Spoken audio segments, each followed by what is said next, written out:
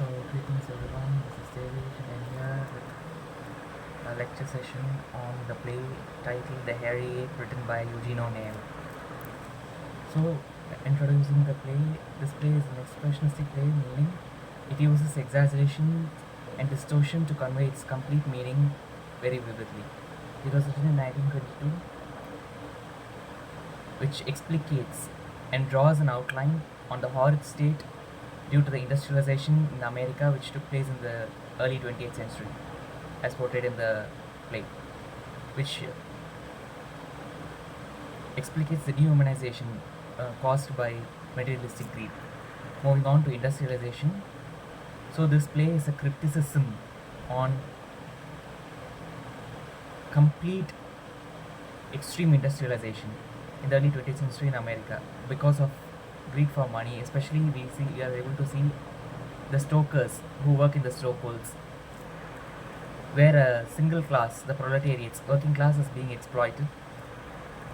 The class distinction, as we could see, the protagonist Yank, he's born as a proletariat who doesn't have a choice, but rather it's his life to live on. And Mildred, she was born as an elite girl to the owner of a steel company. Due to industrialization, classes arised where inequality was rampant. There was differences in the quality of life, and then regression of mankind. Yeah, we are able to see the protagonist Yank working in a stokehole. Along with his friends, we are able to see that they are in a drunken brawl, that they all drink and elaborate on their lifestyle, where they are trapped in the capitalistic system prevailing in America. And then we are able to see Mildred and her aunt discussing about their Mildred's future charitable works, where she desires to know the other half of the humanity in the America. And then Mildred lies and comes to meet Yank and other stokers, where she is astonished seeing them and shouts that they are filthy beasts. Because of the regression of mankind, as they are forced to take heavy back-breaking work, where the stokers look like Neanderthal man or ape-like. That's what the hairy-chested men. Due to the mechanization of work, where human lives were objectified. And then ignorance. Yes, both the two central characters, Yank and Mildred, they are completely unaware that their roles are pre-established, and they struggle to shed off their identity before forming a new one, and they just try to shatter their existing identity without shedding off the old one. And then entrapment. Yes, Yank is entrapped as a laborer, where Mildred is entrapped in a luxury-filled life where she didn't work, but rather it's just because of the birth which was predetermined. And both of them lack a clear picture, as we could see Yank in scene 5, that he is unable to accept the people in the elite community in 5th Avenue, where he walks along the roads where people returning back from church are just mechanized human beings, where they behave very formally, ignoring him. And even Mildred's comment really infuriates him, and he decides to seek revenge. Struggle for identity. Yes, Yank gets isolated from his own stokers, his fellow workmen, and also from the elite people. And everywhere he first goes to Wobblies, the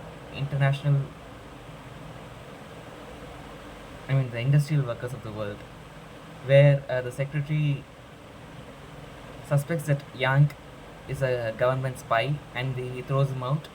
And the prisoners, where Yank gets locked in for engaging in a scuffle with a gentleman in the bus stop in the 5th Avenue. And then he tries to blow up everything and assert that the workers construct the entire world.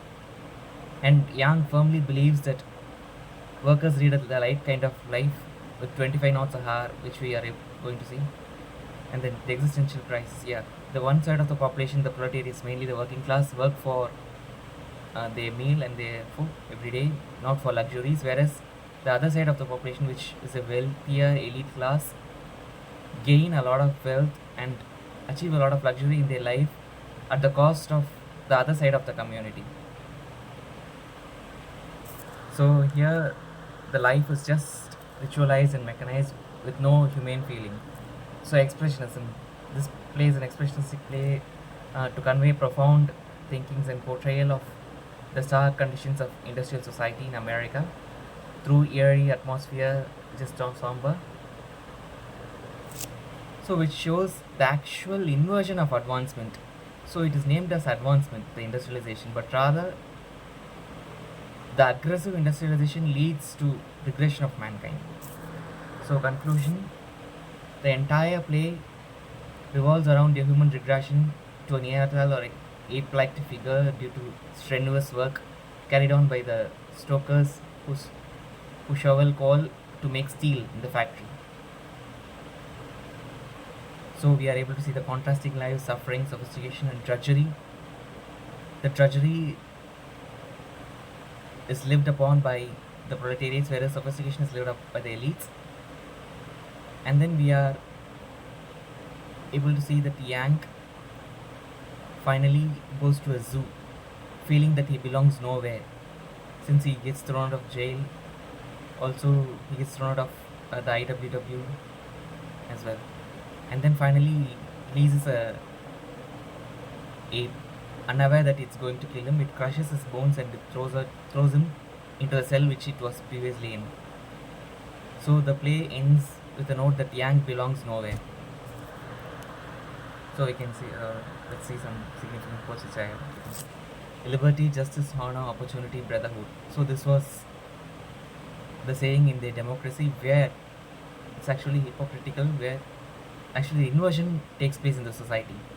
So drink, don't think is said by Yang's friends, where Yang tries to think how to break this capitalistic system of society where the working class people could dominate, not the elite people.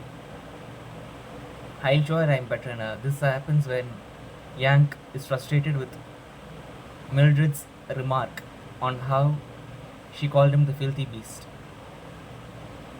That he'll prove that he is better, constructing the world. 25 knots an hour is how much amount of coal Yang is able to shovel in the ocean streamliner, transatlantic ocean streamliner. And then steel, that's me. So Yang takes pride in asserting that he's a worker producing steel. Oh, the filthy beast is said by Mildred, which frustrates Yang, as we have seen.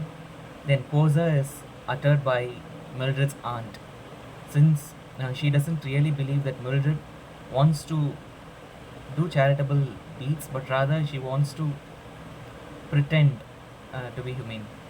Hell, sure, that's my favorite climate. Yang again asserts that it's his favorite climate in the hot blasting furnace where he works, and he is proud of it. And then democracy, hell. Here Yang explicates his distrust in the institution of democracy, which actually doesn't exist, and it exists only in paper and not in actual life.